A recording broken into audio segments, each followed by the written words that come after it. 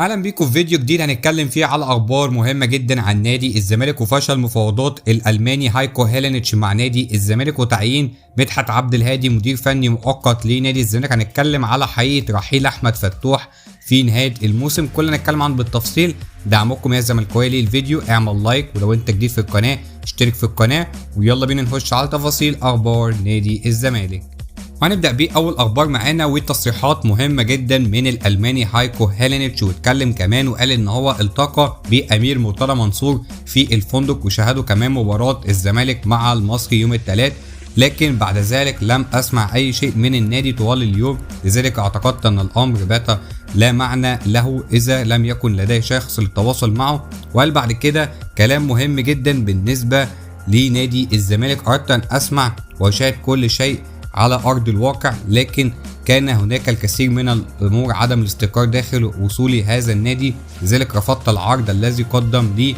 كان عرض طبعا ضخم جدا بالنسبة للألماني هايكو هيلينيتش وخلاص كان هيعلنوا عنه، ولكن بعد كده برضو كمل كلام وقال: كنت أرغب حقا في الحصول على هذه التجربة في الخارج، لكنني لست الشخص المناسب لحل المشاكل الحالية داخل نادي الزمالك. وشفنا كمان كده هايكو هيلينيتش خلاص بقى خارج نادي الزمالك.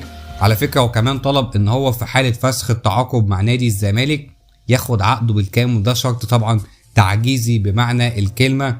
ولكن بعد كده دلوقتي الزمالك بيفكر في مدير فني تاني اسباني، وهو ده اللي كان على رادار نادي الزمالك. وانا شايف بصراحة ان لازم موضوع المدير الفني ده يخلص بسرعة، لان انا شايف بصراحة ان احنا مطولين جدا فيه، والمدير الفني ده اكيد هيجي كله بالجهاز بتاعه، ولكن لسه الزمالك برضه بيتفاوض معاه، ممكن ياخد له بتاع يومين ثلاثه.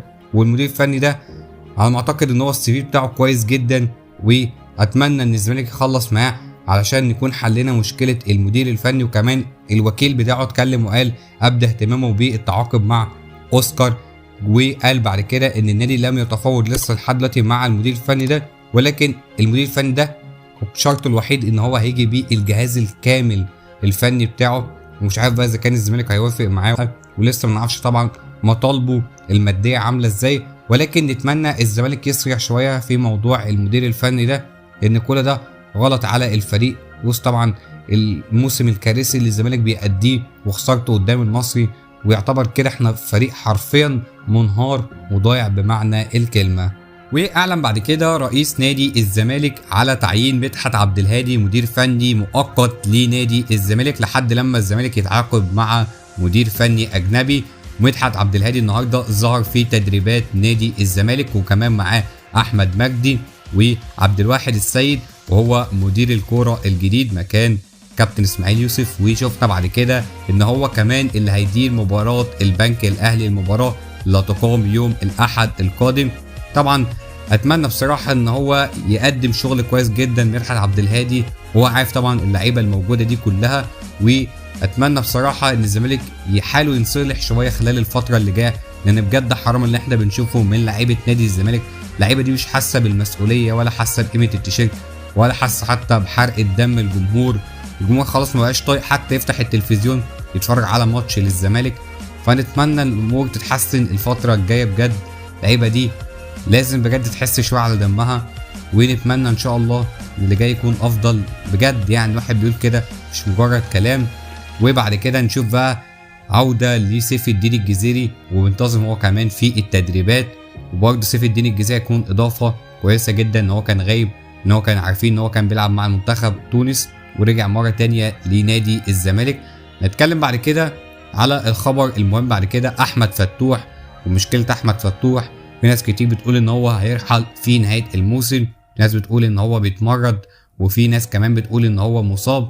عايز اقول لكم اصلا احمد فتوح من ساعه لما المشكله اللي حصلت مع رئيس نادي الزمالك وهو مش طايق نفسه داخل نادي الزمالك، وبيفكر فعلا في الرحيل وما يجددش كمان مع الزمالك خلال نهايه الموسم.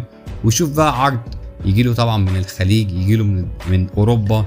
هو طبعا ده القرار اللي هو شايفه وبيدرسه خلال الفتره الحاليه علشان يطلع من نادي الزمالك. وانا عايز اقول لكم اللي هو لو طلع خلاص النادي حرفيا ما فيهوش لا قوام اساسي، والنادي حرفيا هينهار. وكمان لو زيزو خرج هو كمان يبقى حرفيا كده قول على الزمالك يا رحمن يا رحيم.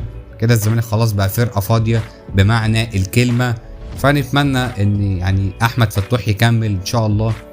ولكن حال داخل نادي الزمالك والمشاكل وعدم الاستقرار والعبث اللي بيحصل ده كله، احنا عارفين طبعا السبب هو مين.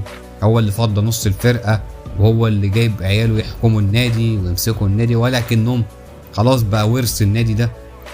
لقى الله يا زمالك. متنساش دعمكم للفيديو، اعمل لايك واشتراك. يلا سلام.